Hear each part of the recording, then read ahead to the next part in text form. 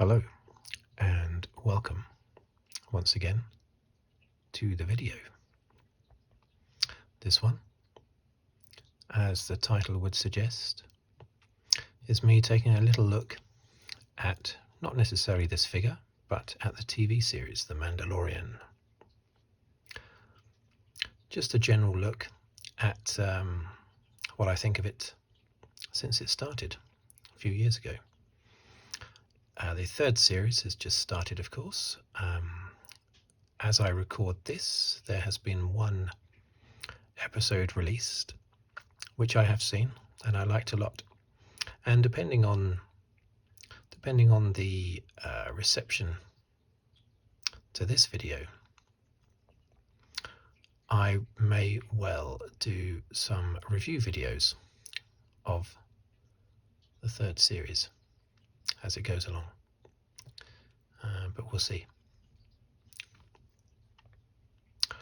The Mandalorian, of course, played by Pedro Pascal, who is also Joel in The Last of Us, and he was in Game of Thrones as well, as was his co-star in The Last of Us, Bella Ramsey, who didn't play a Ramsey in Game of Thrones.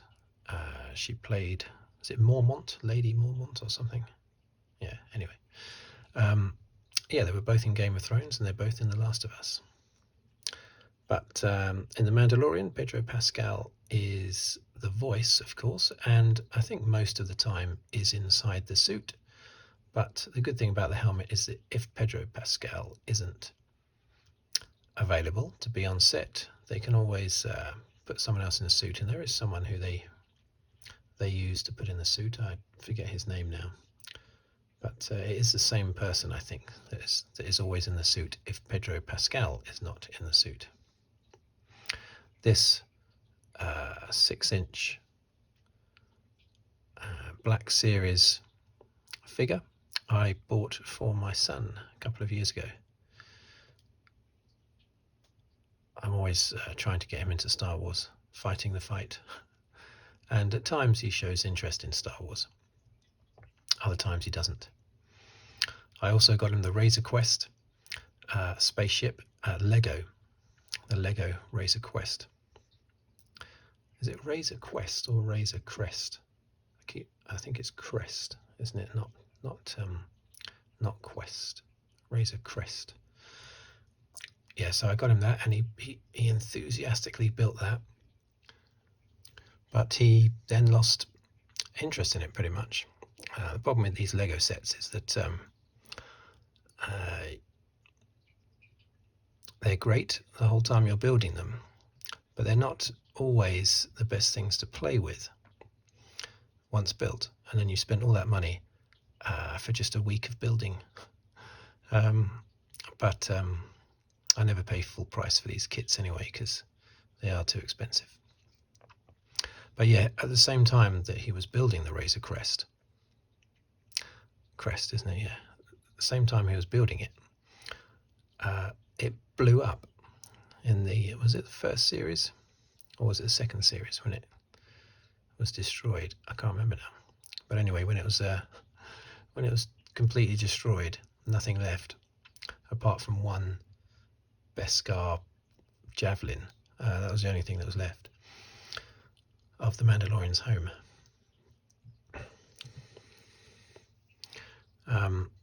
Yeah, so that was unfortunate. That might have even been before he started making it. It might have been after I bought it, and then it was just before Christmas or something. And we watched that episode of The Mandalorian, and it was completely obliterated. And in the loft, I had hidden away the Lego Razor Crest. Anyway, I think it's unfortunate they destroyed that ship. Why destroy that ship? Was it so that he had to be forced to be with Boba Fett, because he then sort of travelled around with Boba Fett for a bit? So maybe that was the reason. But the crazy thing is his new ship that he got in the second series. No, he didn't. He got it in Boba Fett, didn't he? The Book of Boba, when he appeared in that, when he gate crashed Boba Fett's TV series. That's when he got his new ship, which is a Naboo fighter, isn't it? Now, it doesn't seem to be addressed in the TV series, but my obvious question is, where does he sleep? In the Razor Crest, he even had a guest room, didn't he, for or a guest bed anyway for Grogu, Baby Yoda. It was like he had like a bunk bed thing going on, didn't he? So it was like he had a spare bed, basically, not just his bed. And I suspect we never saw it, but I suspect he had a little kitchenette and probably a little stand-up suction tube toilet thing like the astronauts use in the International Space Station, that sort of thing as well, probably. What's he got in the Naboo fighter? Yeah, it looks good, but it's a bit like a family man driving around in a Porsche 911 or something. It's not really practical.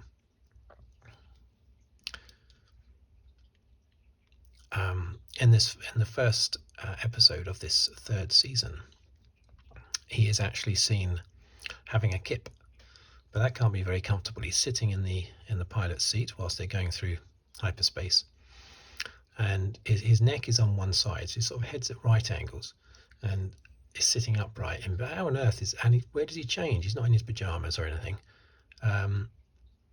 He can't even take his helmet off, because Grogu would see him without his helmet on.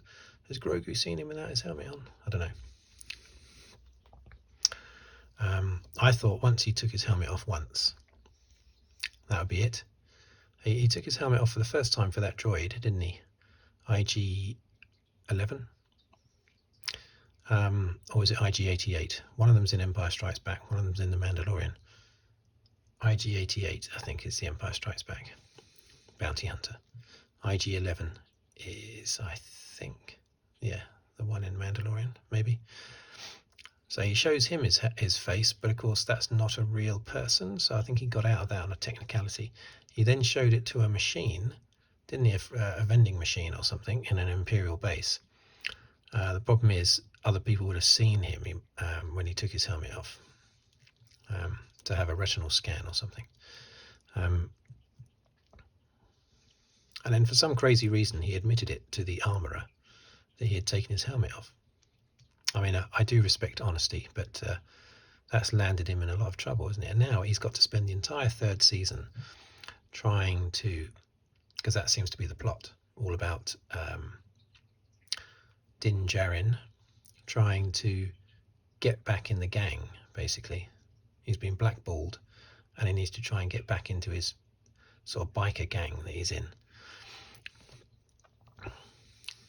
Even though I love The Mandalorian, I think it's a great story, good character. I love it when things happen to him and you can't see the look on his face, like when his ship was destroyed, and you just see him standing there with his helmet on, and you think, what must his face look like underneath that helmet? It's like you can see his shoulders sag a little bit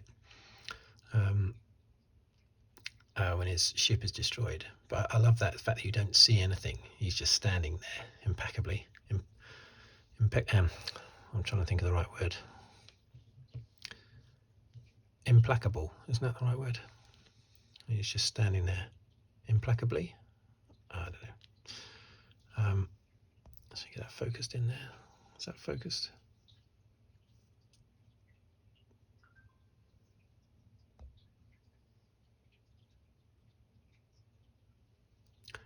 Yeah, I think that I'm just getting a little shot here. I might use it for the thumbnail on the video if I can get it in focus enough.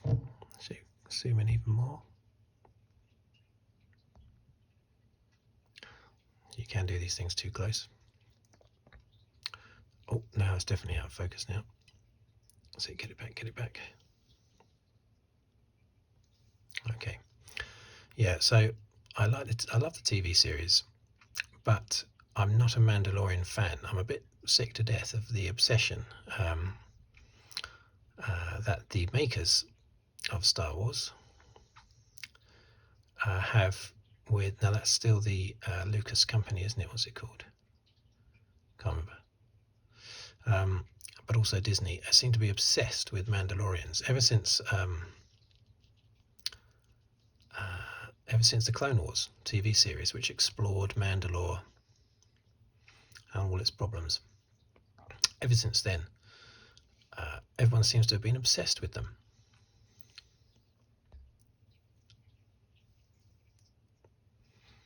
And I'm not a fan of that, really, because in this technologically advanced part of the galaxy, distant galaxy, I know it's a long time ago, but that doesn't make any difference, of course. I always find it amusing when people say, how can there be advanced technologies within Star Wars when it happened a long time ago? After I've stopped laughing, I have to point out that in science fiction, and it would be exactly the same in science fact, not all civilizations advance at exactly the same pace. They don't all start at the same time and all hit the markers all at the same time. You know, it's not even like that on planet Earth. You've got pygmy tribes throwing javelins at monkeys in trees in Papua New Guinea, and then you've got people having business lunches in Los Angeles, you know, so on their iPads. So technology is different all over the world, not just across galaxies.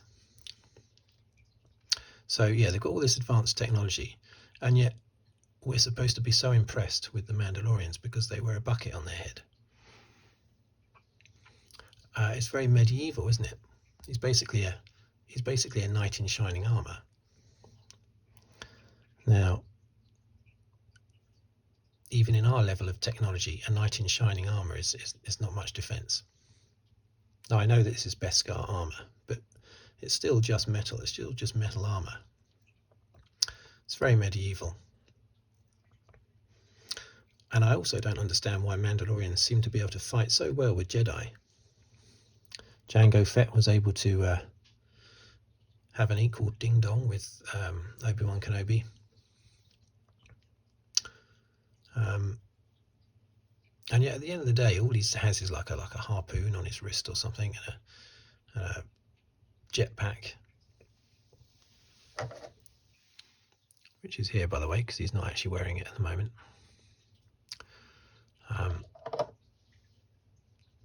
Yeah, all they have is like a bucket on their head, a harpoon thing, a pistol, like he's Clint Eastwood, a rifle, and yet he can take on Jedi.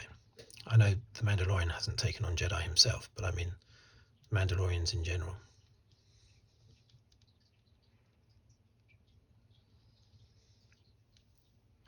And of course, is he even a Mandalorian? He's not. He wasn't born on Mandalore. He was adopted by a Mandalorian. He's from a different planet, so I wonder why they made a point of making that distinction. But they did. I know that not all Mandalorians keep their helmets on. There's that one played by Starbuck. Starbuck from Battlestar Galactica. She plays, that character, that other Mandalorian who has her helmet off all the time, and she looks down on him because he's a secret sect of people that keep their helmets on. Anyway, I think it's all a bit silly. So in a way, it's a bit silly to have a whole third series just of him trying to regain his position in the biker gang because he took his helmet off. It seems a little bit daft, doesn't it? But it looks fantastic, and the action was fantastic, and I loved this third series opener, basically. Just as I loved the first and second series. I loved those big spider things in the second series. They were great. That was fantastic. I think the "this is the way" catchphrase, I think that sounds a bit ridiculous. Repeated like a mantra, "this is the way." I don't know, it just seems a bit silly. But overall, I like it. I like The Mandalorian.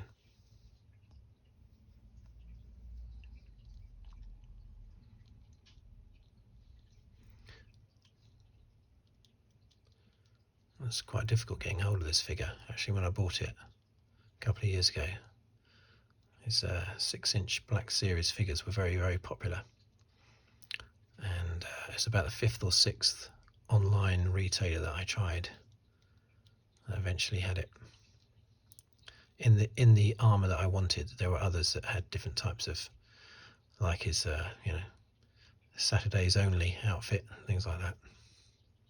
But I wanted him in his standard silver Beskar.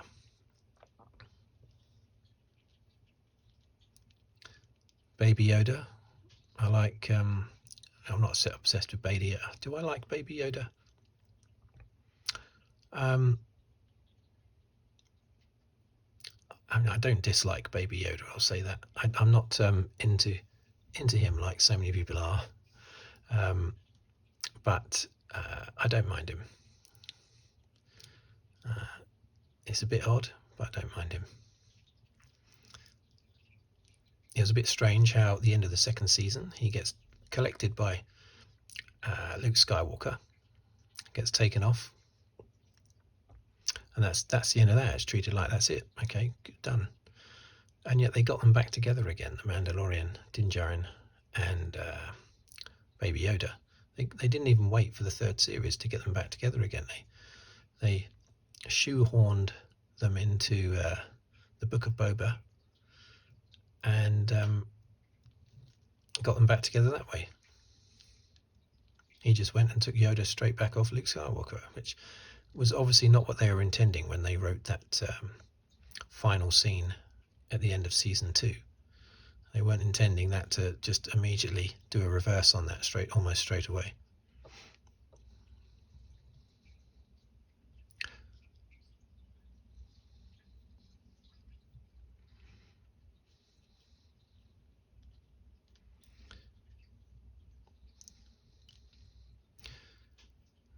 Okay, what else do I need to say? That's a little recap. And then maybe, as I say, maybe after 2 or 3 episodes of this 3rd season, I'll do a little review on what I think. Again, just as a fan, but I have been a fan of Star Wars since I saw it in the cinema on the 21st of March 1978. Back then, American films came to the UK 6 months or more after they were released in the US. Totally different now, of course, it's at the same time, but back in the 70s that was the case. So it got UK-wide release in January 1978, and I saw it on 21st of March 1978. I know the date because it's written in my mum's diary.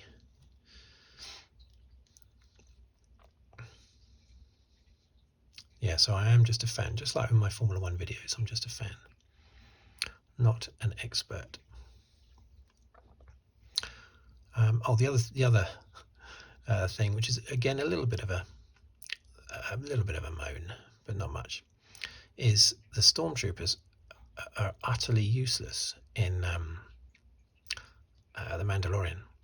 If you think at the start of Star Wars, even though Stormtroopers have always been thought of as being useless, they always have an element of fear attached to them because of how the films open.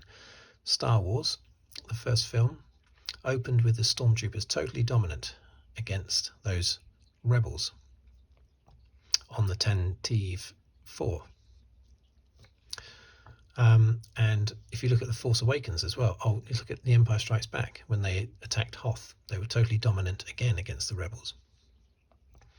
I look at The Force Awakens, they were totally dominant against that unarmed villagers. Yeah, admittedly, there's a village with a load of unarmed villagers in it, and they were totally dominant against those. But in The Mandalorian, they've just been useless right from the beginning. And there's that scene on the planet where the Razor Crest is destroyed.